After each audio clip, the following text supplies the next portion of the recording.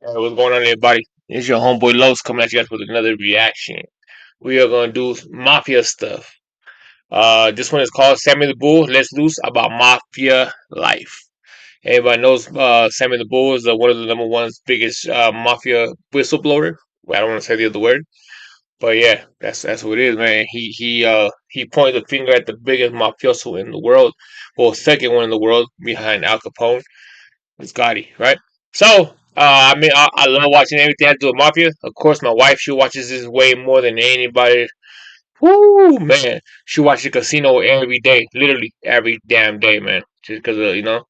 But yeah, before you even get started with this reaction, let's see what Sammy's got to say. I'm going to hit you guys on my intro. Subscribe to the channel.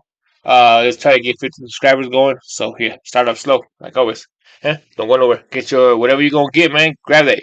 If you feel safe watching this reaction with a click clack with a blicky on your lap, go ahead and get that, man. Cause we're watching Mafia. You never know, they might come out the screen. Yeah. So post up, chill, subscribe. Right? Don't go nowhere.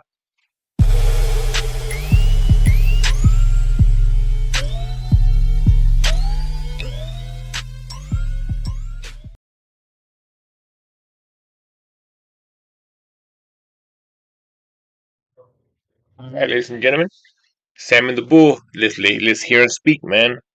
Yeah. Let's go. This is what the mob does. This is what we do. This is how we live. This is the true side of the mafia. This isn't somebody talking about the mafia. I am part of it. His name, Salvatore the Bull Gravano, one of the most notorious gangsters in mafia history. Sammy the Bull is a serial murderer. He's a psychopath and a sociopath. He's not a serial killer, he was a gangster. We kill amongst ourselves according to our rules. It was for what you did. Gravano rose through the ranks and became second in command of New York's infamous Gambino crime family. They tell you to kill someone. Did you think of saying no? No, not at all. Now in his 70s, Gravano talks about his life as a mafia hitman in the ABC News production, baby. Truth and Lies. Shit, of course you gonna tell the story. You gonna make millions out of this shit, man. Everybody wants to know what he was going through, what made him do this, what made him do that. Cause shit, I would love to watch that, man. I want to know too. But hey, once you kill somebody and you get away with it, and you know you're gonna get away with it without no problems, it's an addiction, man. It's an addiction. I don't know by experience. I'm just saying, watching all these documentaries. But yeah, man. We all want to know too, man. So just listen to Mr. Bull explain his his story. The Last Gangster. New York in the 70s and 80s was like the Wild West. Bodies all over the place. It was insane. The mob was going through a very violent period. It was a dangerous time in the mob's world. Sammy the Bull was a street thug who grew up in Bensonhurst. He gravitated towards the world of organized crime as a young boy. Did he have options not to join the mob? Absolutely. But once you go in, it's all in or nothing. It was for money. It was for greed. It was for women. It was for fast cars. It was being part of a society, part of a brotherhood. Many of them consider what they do almost military in nature. They consider themselves soldiers. So they believe when your boss tells you you have to kill somebody, they feel they're doing the right thing. My father said when I took my oath to Cosa Nostra, I gave up everything. At the ceremony, there was 14 guys, and one by one they called us down the basement. Dim lights, real smoky. There was a picture of a saint on the table. They pricked my finger to get blood out of it, put the blood on the saint, and they put it in my hand, and they lit it. He just said, if you betray this brotherhood, may your soul burn like the saint. I really believed in it with my heart and soul. I think it was a good times, man. For real. New York in the 80s. I think the 70s, 80s, 60s. Besides all that other stuff, I think it was good times, man, for certain people, right? But one thing about that I've seen in documentaries and shit, they kill amongst each other, man. So they gotta follow a certain code. They only attacking each other because they did wrong in that code, man. So I don't think that did harm to anybody outside of it and who's not living that lifestyle, unless it was for like something that's something deep, something wrong. Unless somebody from the outside did something to them, like beat them up, stole something from them, then they'll get involved. You know what I mean? But other than that, like swimming with the fish type of mentality, I think it's just between their little lifestyles. You know what I mean, that they go after. The 90s was a very, very interesting place. I didn't think that somebody like Trump would turn out to be the president of the United States, nor did I think that John Gotti would rise to become such a prominent celebrity. But they did, because New York loves a character. In Ozone Park, which was in Queens, right over the Brooklyn-Queens border where John Gotti lived, he was a hero. Your Thanks John hat on. Thanks John who? Gotti, who else? For what? For having this big body. You know anything about John Gotti? Bro. No. Yo, I think that accent in the women sounds sexy as hell, man. The guy, he does, man. Yeah, I think that shit sounds sexy to me, man, for real. But at the same time, bro, you got them crazy ones that you gotta shut that. Yeah, get out of here with that. No, if I did, I wouldn't say anyway. John Gotti, the Teflon Don, the mob boss who changed the face of organized crime, putting the once secretive lifestyle on full display. He was over the top. And he was taking full advantage of his celebrity. I think his problem was that he fell in love with himself. He saw himself on television, in the newspapers, and he lost touch with what he... What's up? Yeah, what's up, man? Hey, you watching this shit? Come on, man. Show me some love. Subscribe to the channel, man. For real. Show me some love. That he's a gangster, not an actor.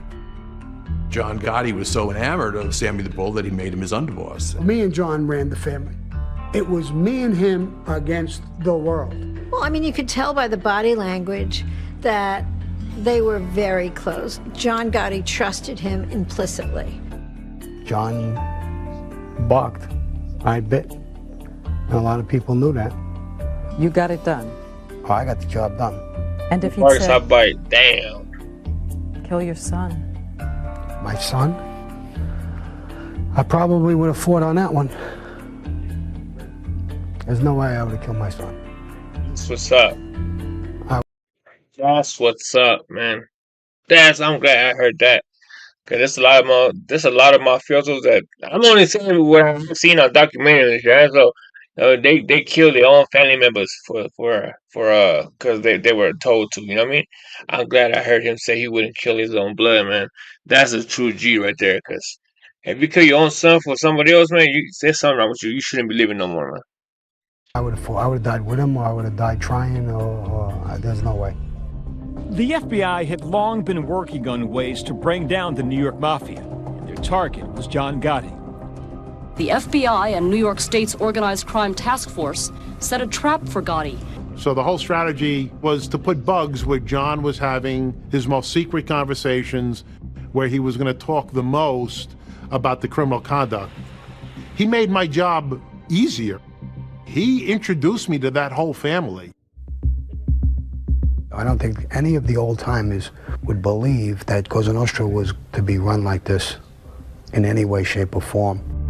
John starts recognizing that everybody knows and respects Sammy. He's the guy interacting with everybody. That becomes a threat to the boss, because now all of a sudden I could be replaced by this guy and we don't miss a beat, right? Listening to the Gotti tapes, it's clear John was setting my father up.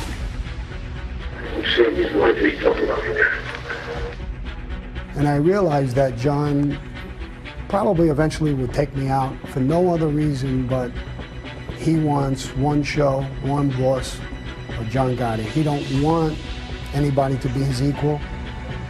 He don't want anybody in any way, shape, or form to shine. And I guess I was shining too much. Making it sound like high school.